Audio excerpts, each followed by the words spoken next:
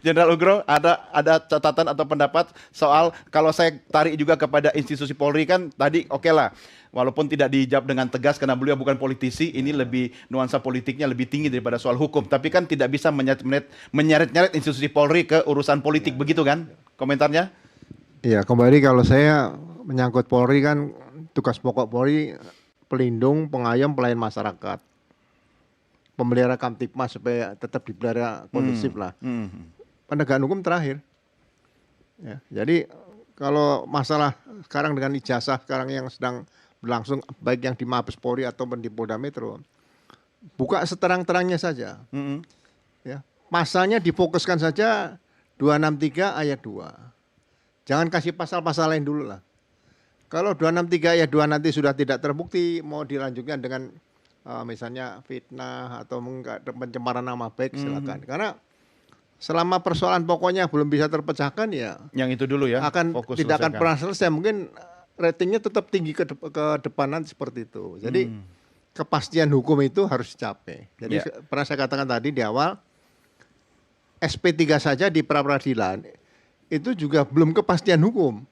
Karena 10 tahun kemudian atau 5 tahun kemudian ditemukan bukti novum atau bukti baru, masih bisa dibuka kembali bisa dibuka lagi, di situ. Jadi memang ini harus ekstra hati-hati. Apa yang dikatakan Mas Yakob juga, jangan sampai nanti ke depan misalnya tidak terbukti kan sudah terlanjur mendapat stigma seperti itu.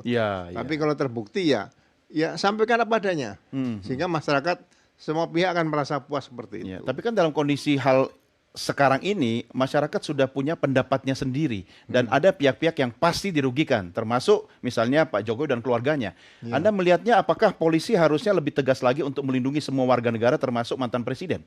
Ya, di depan hukum semuanya sama, equality before the law sama. Jadi jangan memihak kiri dan kanan di sini. Bagi saya selama saya 35 tahun 2 bulan di polisi, penahanan itu upaya terakhir kok. Tapi kalau udah dibuka dengan jelas dan ada kekhawatiran, biasanya penyidik itu seperti itu, tidak wajib loh menahan. Nah, mau ditahan silakan. Jadi benar-benar polisi itu bertindak ya kalau dibilang netral ya netral demi hukum seperti itu. Penahanan terakhir ya, maksudnya Jenderal yang mau ditahan yang mana nih? Yang kalau lagi di jalan ke sini atau siapa? ada upaya penahanan misalnya, kalau tidak perlu ditahan ya tidak usah ditahan misalnya. Seperti itu. Jadi jangan carikan pasal supaya bisa ditahan, itu yang tidak bagus. Artinya itu. Anda mencoba mengatakan bahwa Polri dalam hal kasus ini sudah bekerja sesuai dengan aturan main, sudah bekerja profesional begitu? Ya, kalau saya berkaitan ini kan menyangkut mantan kepala negara, menyangkut masalah penelitian oleh beberapa rekan tadi Pak Roy Suryo, Pak Rismon, Bu Dr. Tifa dan sebagainya. Ya, sedang dilaporkan ke Wasidi kalau salah ya. Nah, ini lebih bagus terbitkan saja laporan polisi, kemudian terbitkan surat perintah dimulai penyidikan, baru dilakukan penyidikan secara lengkap, memanggil saksi, menyita barang bukti, dan barang bukti yang disita ini sebaiknya jangan menyita ijazah yang dimiliki Pak Jokowi, yang di KPU tadi yang sudah digunakan. Jadi tidak ada yang merasa dirugikan, tidak ada yang merasa dihilangkan di situ. Itu. Oke, Pak Ugro, masyarakat sangat berharap pada institusi negara, salah satunya Kepolisian Republik Indonesia. Tapi jangan lupa, Kapolri itu kan panglima tertingginya kan, komandan tertingginya kan tetap Presiden Republik Indonesia.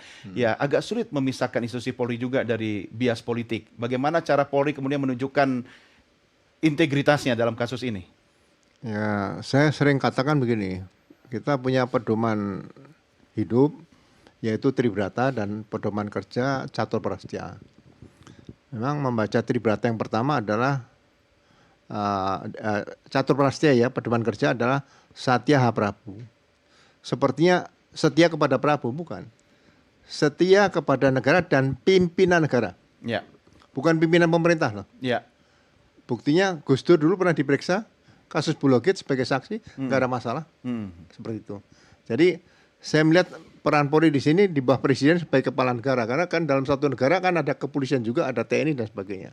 Ini harus dipertahankan seperti itu. Nah, jadi saya melihat di sini memang menarik ini di kasus ijazah palsu ini kan ada 2 laporan polisi ya, laporan polisi di Barreskrim tentang dugaan ijazah palsu, bukan ijazah palsu ya, dugaan ijazah palsu. Kemudian fitnah. Bisa dibayangkan nggak kalau kasusnya yang sekarang sedang sidang Pak Hasto, merasa difitnah oleh KPK misalnya, Ya. terus melaporkan KPK fitnah, bisa nggak? Atau Pak Tom Lembong, ya kan? Pak Tom Lembong saya ikuti sidangnya itu bukan sidang korupsi, sidang PT UN. Nah, beliau bisa nggak melaporkan Kejaksaan Agung sebagai orang yang memfitnah seperti itu? Jadi ya ini seharusnya ya mohon maaf ya harusnya bisa direm sedikit, biar satu proses berjalan dulu, baru nanti yang katakanlah fitnah ini baru masuk ke situ. Jadi benar-benar ini terbukti dulu satu-satu gitu. Iya. Jadi kalau misalnya nanti ada yang merasa dirugikan, ya ini dalam kehidupan sosial seperti itu. Tapi nanti kan akan dipulihkan kembali kalau memang tidak terbukti seperti itu. Iya. Kalau sekarang ini bingung mana yang mau diadakan penyidikan dulu, ini atau ini seperti itu. Cuma Pak Ugro, Anda tidak melihat bahwa polisi diseret-seret dalam pusaran politik sehingga sebenarnya kejebak? Ya di sini makanya kembalikan lagi, jadi polisi itu sebagai alat negara. Makanya sekarang sering saya katakan gini, kenapa undang-undang ASN tidak dirubah menjadi undang-undang aparat. Jadi di Indonesia ini ada aparat negara dan aparat pemerintah. Aparat negara TNI, Polri, Kejaksaan Agung, mungkin ada Mahkamah Agung dan sebagainya, bea cukai, imigrasi. Tapi aparat pemerintah itu hanya dua, pemerintah pusat dan pemerintah daerah. Nah, berarti harus menghidupkan sekarang Badan Kepegawaian Negara yang dulu namanya Badan Administrasi Kepegawaian Negara. Ini harusnya dibangun kembali seperti itu. Oke, baik.